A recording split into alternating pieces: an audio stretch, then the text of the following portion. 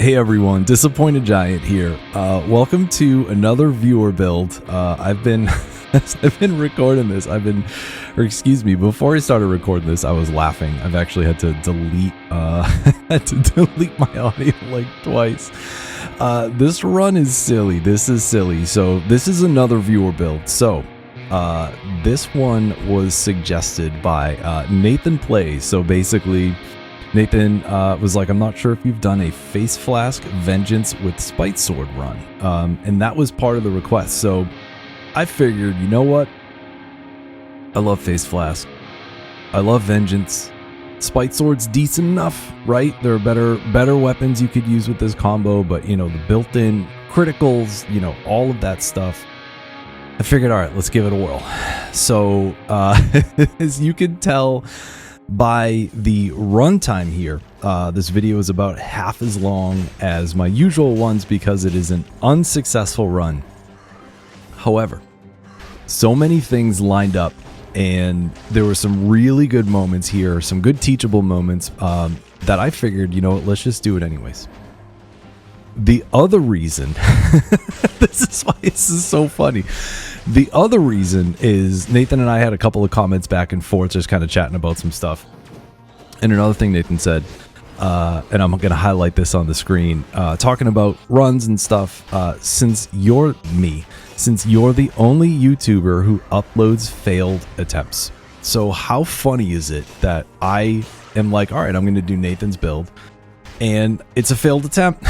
So I feel like in all the worst ways, the stars have aligned. The stars have aligned, and here we go. This is the first piece. So we get our Spite Sword right out of the, literally right from the beginning. How far are we here? What are we at? Not even 2 minutes, and we get ourselves part of the build. So this is what I'm saying here. So this run came together so fast, and it is the easiest probably, right? So maybe, you know, we could change out Spite Sword for something else, right? Throw in whatever you want there. Swift Sword. Doesn't matter. Blood Sword, whatever. Any sort of brutality melee weapon is going to get this build popping. So for me, in my opinion, if you're looking for a brutality win, pick a BC, any BC. Face Flask Vengeance with Killer Instinct and Predator is the easiest build, especially, or at least in biomes. Easy. You're gonna fly around, and here we go, right? I looked at the map and I said, oh, here's Face Flask. There it is, right? So unfortunately, we're gonna recycle our door here. We're gonna take Face Flask, and that's about it.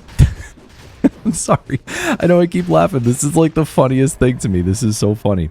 So we're not even out of prisoners' quarters yet. I don't even think I have all my scrolls. I think I only grabbed one. Yeah, I only grabbed one. What do you call it? One brutality scroll. So we haven't even gotten all of our scrolls yet, and we're already done. We're already done. So why are we already done, right? So Vengeance, as we'll see, you know, it's a mutation that gives you extra damage output and damage reduction after taking damage. Face Flask is an item that you take a very small amount of damage, and it has a bunch of good affixes on it. So basically, you use Face Flask to take a little bit of damage. It has a 10-second cooldown, and then you take Vengeance, and Vengeance gives you a DPS boost, and that's it. Rinse and repeat. Go back and forth and back and forth. And one of the ways that I like to maximize my Face Flask Vengeance, I guess not the viability of it, but the uptime, that's what I'm looking for.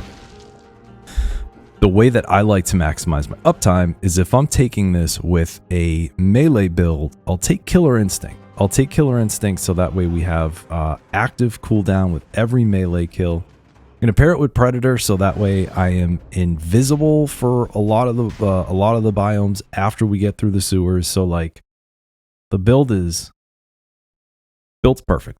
Build's perfect, however, my playing is not. My playing is not, right? But this is actually a really fun one. So you know, thanks for tuning in. Thanks for hanging out. I think we're not taking anything here. Hopefully you enjoy this. You know, this one's a little bit, you know, it's still 34 minutes, so it's not super short. You know, it's still a half hour of your life, but Hopefully this is, being a little bit shorter, might be a little bit more enjoyable for those folks that don't like to hang around for the whole, hour and 10 minutes or whatever it is, right? So I decided to skip bank here. Early bank is tough. The scaling's off. Mimics are brutal. I'll take bank maybe after the first optional biome, right? If I'm up for it, but first biome bank and after first biome bank, like absolutely not. Absolutely not. So we don't take that. We decide, we're hitting up the sewers here. And one of the other things about this run that's great. So some of I will put videos out and I'll be like, oh, I recorded this 2 weeks ago. I forget what happened. Or like, oh, I recorded this last month. Let me see how it goes. I just played this. So I just exported this video less than an hour ago. So this is fresh. It's like this run literally just happened. That's how excited I am to show all of you how poorly I ended up playing and how this run ended up panning out. But yeah, I just did this run. So this is a little bit different than usual here, right? So there's not a ton to talk about as far as build pieces go, right? So we already talked about Face Flask, already talked about Vengeance. And if you wanted to get this build going for yourself, right? If you wanted to get this going right out of the gate, Vengeance and Killer Instinct, both of those mutations are default brutality mutations. So they're going to be in the menu no matter what. As soon as you start the game, your very first run, as soon as you get your first mutation menu, they're both there, right? So that's fantastic. You don't have to do any extra work, no blueprints or whatever.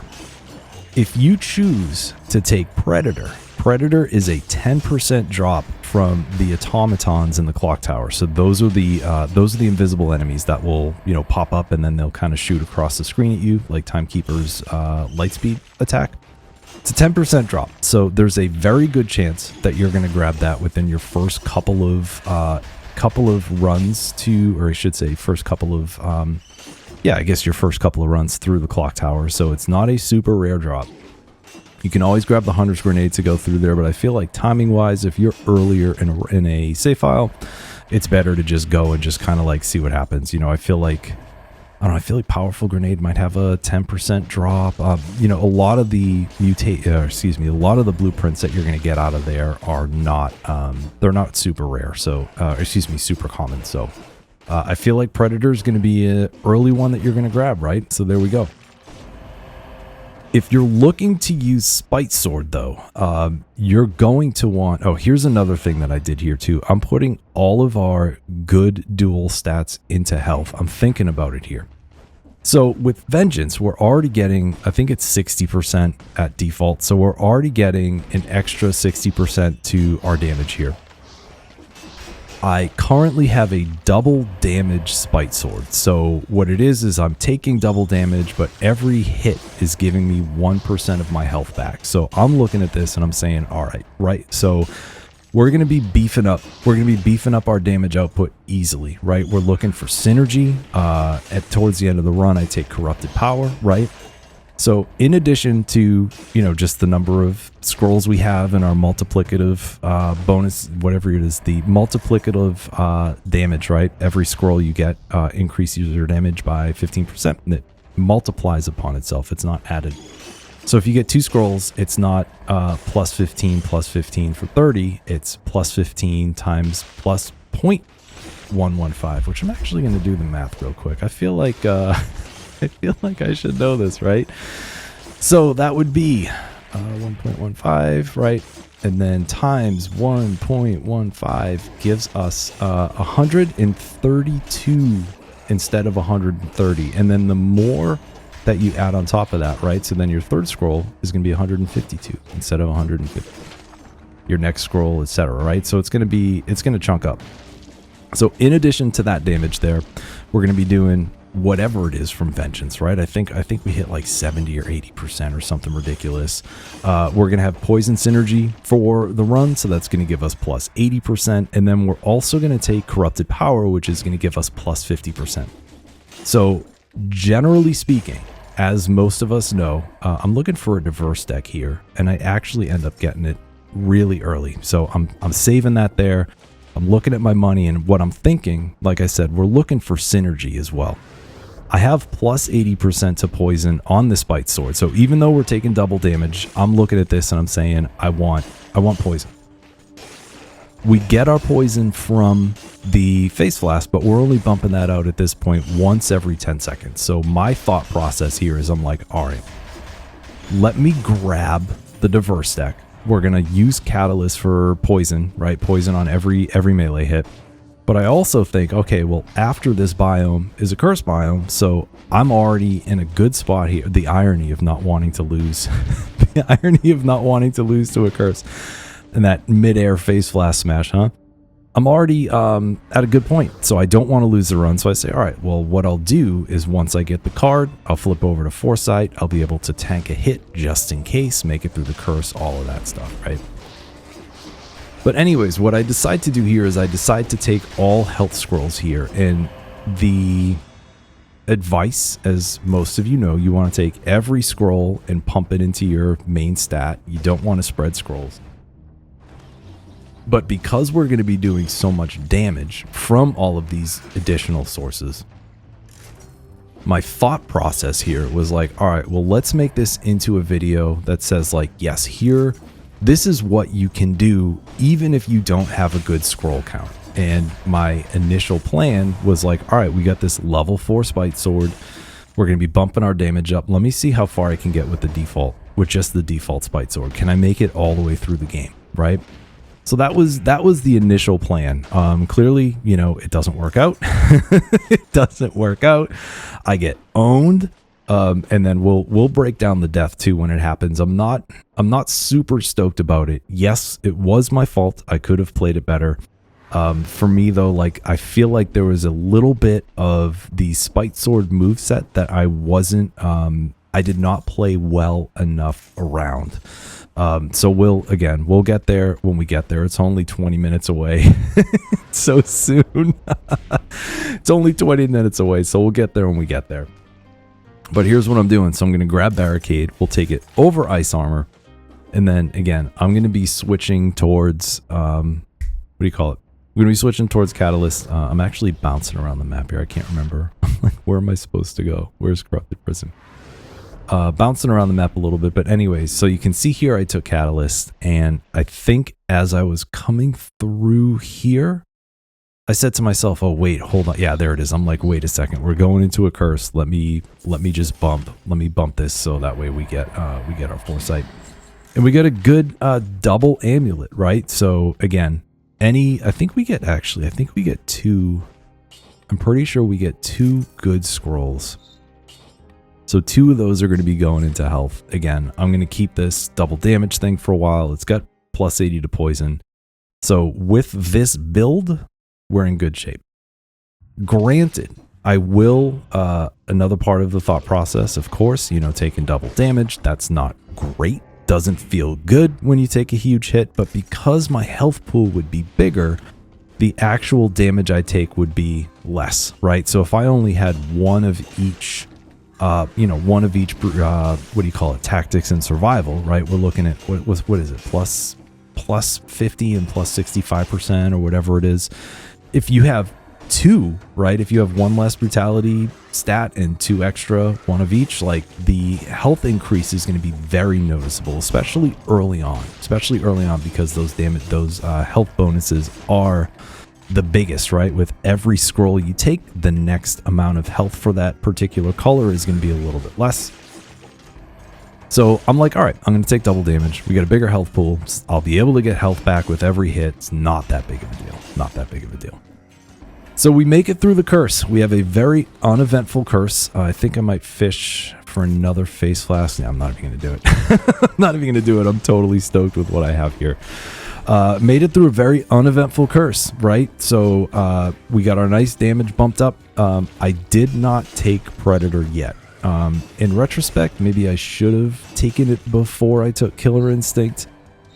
If you're going to try this build, that might be the right way to go. maybe take, if you have Predator, maybe take that first, so that way you're going to get your extra damage from Vengeance and Face Vengeance and Face Flask, but also you'll have that, I think at this point probably like 1.6, 1.7 seconds of invisibility. So again, I took Killer Instinct here. I'm just trying to maximize the uptime of Face Flask, and as we're talking about it, yeah, I think Predator now would have been a better move than Predator after now. Killer Instinct, you know, like most mutations that scale, obviously, you know, the more stats you have in that particular color, the more it's gonna scale up. So I feel like, you know, we might be able to get more use out of Killer Instinct after we get some more stats versus here in this biome, where Predator, even if you only have like 1.4 seconds or 5 seconds or whatever it is, that invincibility is huge, right? It's gonna de-aggro enemies. It's gonna give you just enough time. Oh, this is so good. I think I throw this, yeah, I throw that in the backpack because I'm like, maybe I can pivot. But then as we're leaving, I recycle it because I'm like, nah, that's not the build. That's not what Nathan requested. That's not the build. So we're not doing it there. But even with like a second and a half of Predator or whatever it is, you can even take it off color just for your default, what is it, 1.2 seconds or whatever it is. You can take it off color too, because that invisibility is going to give you, yeah, we're going to get rid of it here. It's going to give you a little bit of extra cushion. Like I said, it's going to de-aggro enemies. There's a lot of benefits to taking it earlier, more than Killer Instinct, right? So we got it. We got through Corrupted Prison. So I decide to go Dracula's Castle here. So yes, it is incentivized, but the reason I actually went through here is because there is a bug as far as the routing goes. There is not supposed to be a 60 door after the optional biomes, but there is one here going into Dracula's Castle. So I think what they did is, as Evil Empire was building out the Return to Castlevania DLC, they had, you know, certain passages. So this here is the passage that you're going to see if you go directly from Castle Outskirts to Dracula's Castle.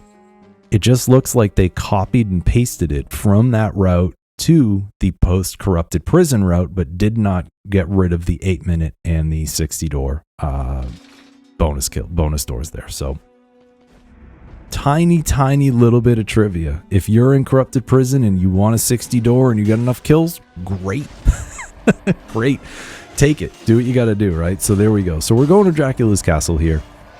And I guess like the additional benefit to coming here is I've actually had a few really good, you can say conversations or just, you know, exchanging comments with people. I can't, oh man, I wish I pulled this up before the video, but there was someone I talked to like last week and they had mentioned like, oh, like, you know, I know Castlevania DLC is like your least favorite, but it's my most favorite. And again, it's not, I'm really sorry. Again, if I knew I was going to talk about this, I would have pulled this up first.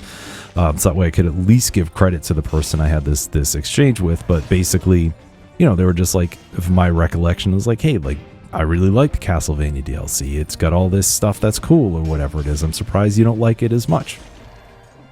So I think like the other side of this too, oh, see, there's that double damage, but we get it back quick. We got our recovery. We have the extra plus 1% to getting our health back.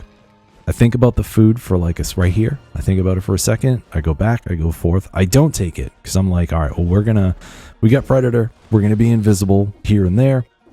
We got a really good build going as far as synergy and all that stuff. I'm like, I'll be fine, right? And I'm already starting, you know, 61, 62, 64. The health's already coming back up, so the food was not worth it. And here we go. We got another good dual stat. So again, we're going to throw this into health.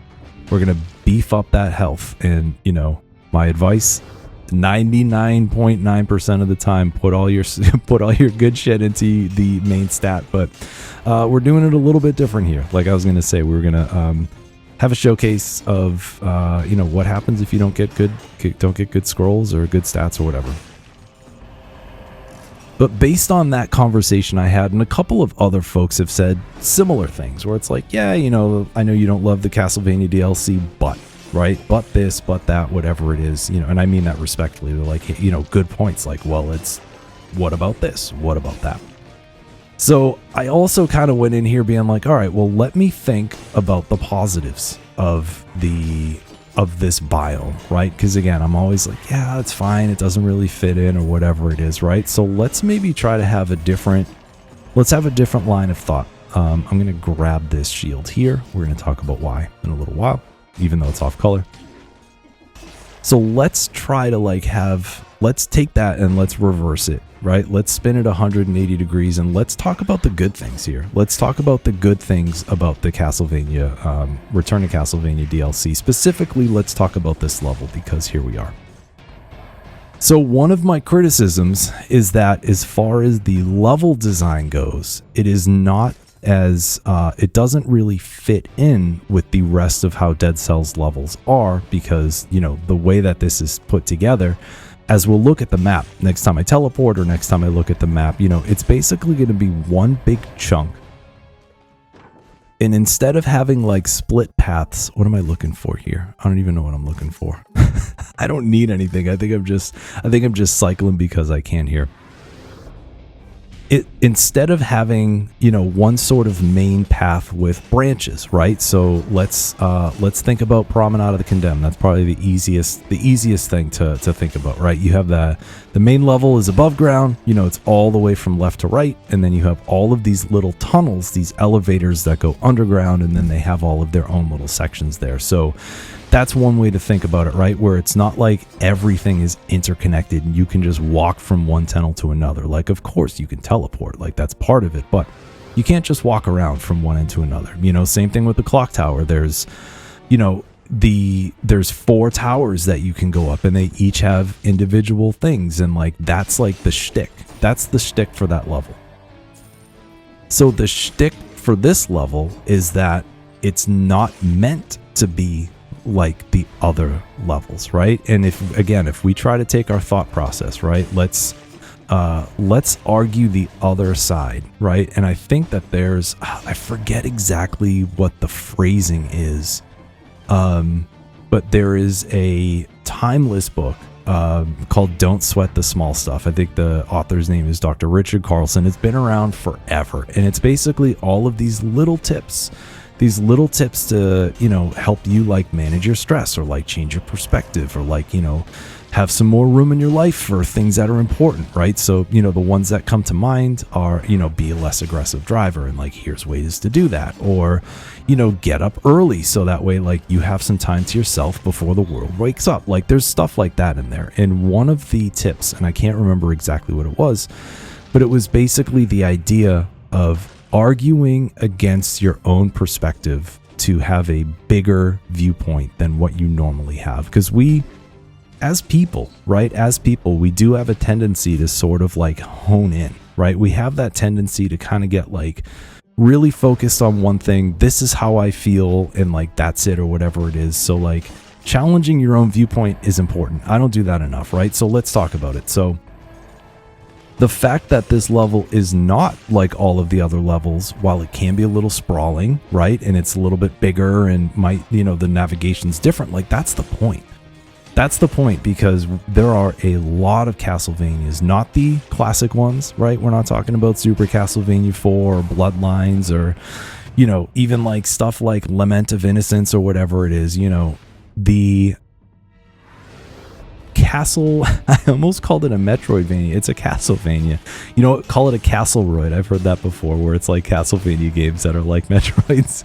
But either way, like the way that those games are structured is the way that this level's structured, right? You have these interconnected areas. You can go up, you can go down, you can go to the side. And that way, like it sort of has a more respectful design to it. So even though I've argued that opposite point, let's look at that as a positive. It's different. If you want a different like navigational experience and you don't want to just go from left to right and whatever it is, you want to kind of like clean up the map, here we go. Take Dracula's castle. This is really funny because I'm trying to roll off the 1%, but I get the same affix. I get the 1% and I get the plus 80 to poison. So at this point I'm like, all right, whatever, man, whatever. So another thing that's great about this DLC is I think Death is a fantastic boss. I think it's fantastic. And I'm going to give you, this is going to sound super clickbaity, I'm going to give you some tips on how to flawless Death. There are 2 things that will completely change the way that you approach this fight. The first, as you can see, I took Armadillo Pack. The first is that Death has like these orbs that get shot at you, and it's easiest to dodge them by rolling through them. You send it back. So once I took Acro into this fight for the first time, I was like, this is the way to do it.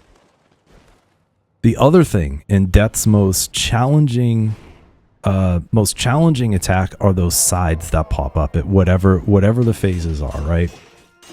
With Face Flask, almost all of them, keep an eye out. So here we go, watch this, right? I'm going to roll through, and then I'm going to roll through. It's the easiest way to dodge those. Almost every Face Flask is going to have the affix electrocutes nearby enemies, and look at that. It took out every single scythe. Again, we're going to roll through it here, right? You're going to roll through that attack, and let's see, the next time the scythes come out, I think I actually might stop for a second. Maybe not, but you'll see the sides just get taken out. Again, we're going to roll through those. So that's it. With those 2 pieces, if you're struggling with flawlessing Death, that is going to make a huge difference. Because, like, watch, ready? See, those are getting zapped too. I'm going to zap them right here. Boom, done. Because to me, those are the 2 most challenging things. So if you can get those out of the way, all you have to focus on is Death's attacks. They're not super complicated. There's maybe like 5 or 6 of them that happen frequently. And that way you'll be able to just stop thinking about all the stuff that's a pain in the ass, and you can just get through, right? So there we go. Use these 2 tips to flawless Death. All capitals. I'm going to put my face in like this. One of those looks on the thumbnail, and then we'll move on. But that's another thing. That's another positive to the Return to Castlevania DLC. If we're talking about the early parts, Death is a really fun fight. It's a really fun fight. You know, if we're talking about the 4 first bosses, I would say that I would put, for fun factor, I would put it above Conjunctivius and maybe above Mama Tick. So it's up there. It's up there. So it's pretty good. So yeah, so we did okay, right? So we did okay.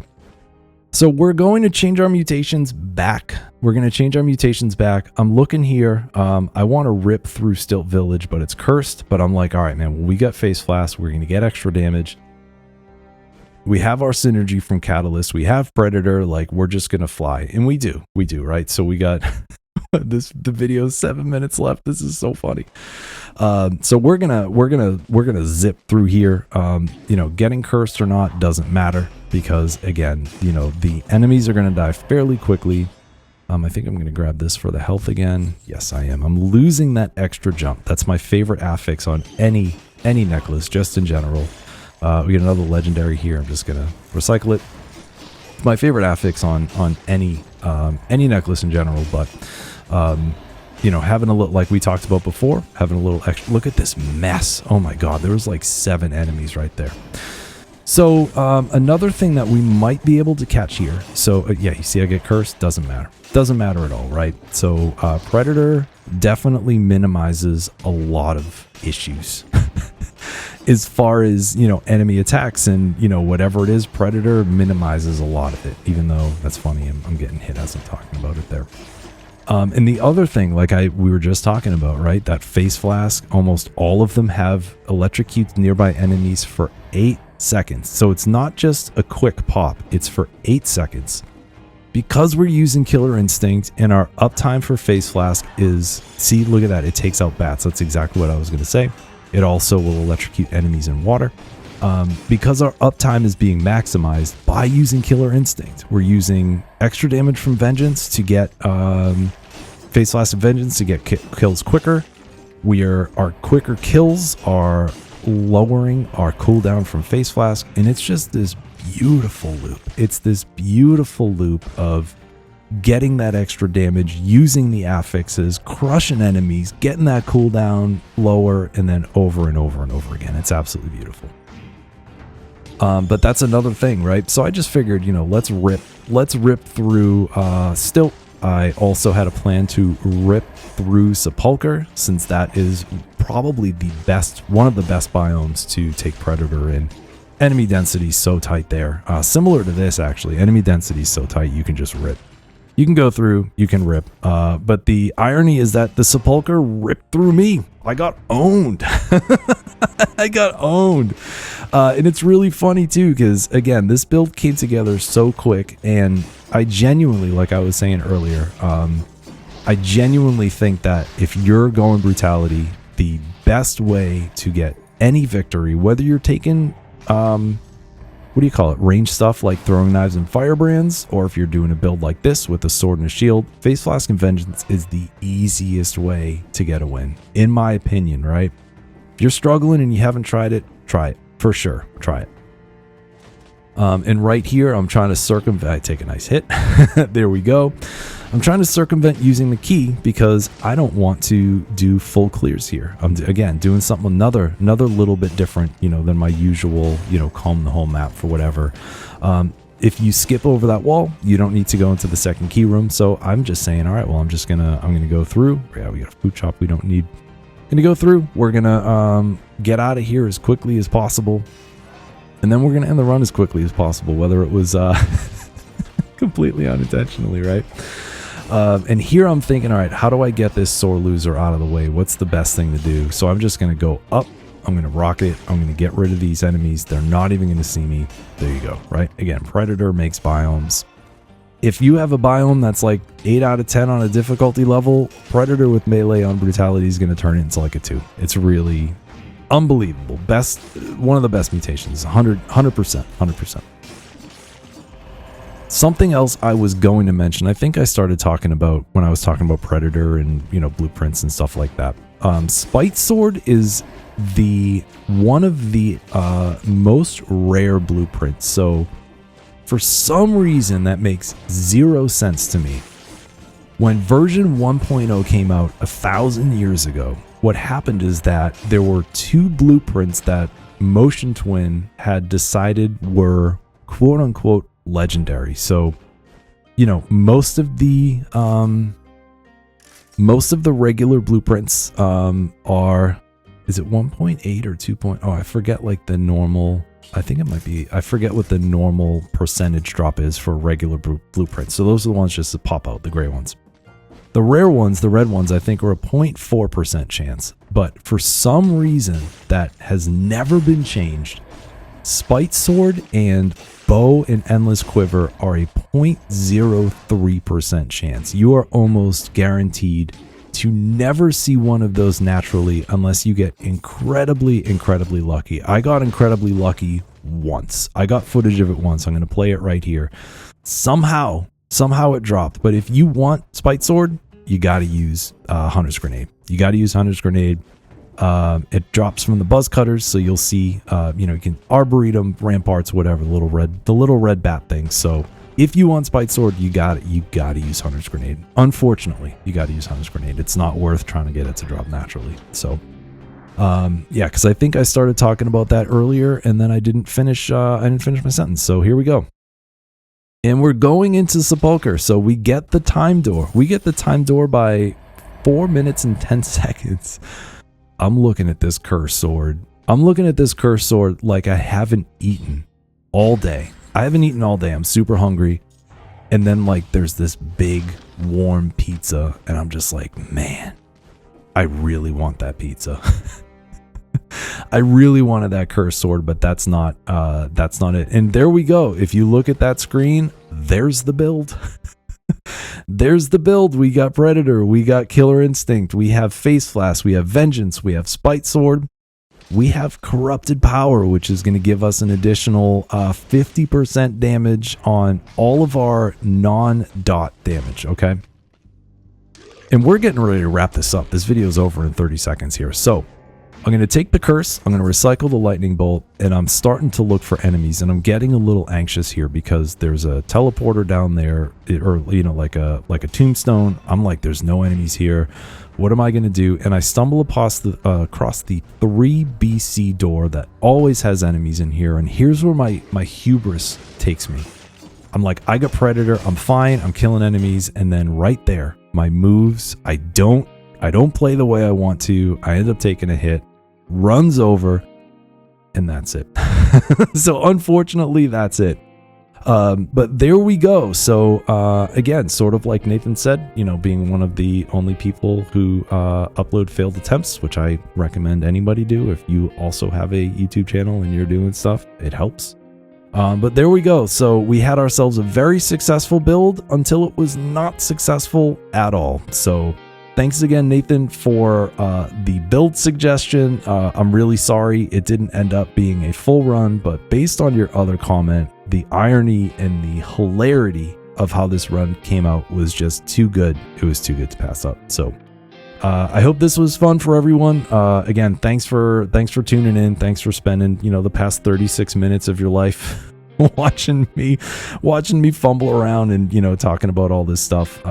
You know, as I really appreciate your time, and I'm really glad that some folks have been really enjoying these videos. So as always, thanks for watching and good luck out there.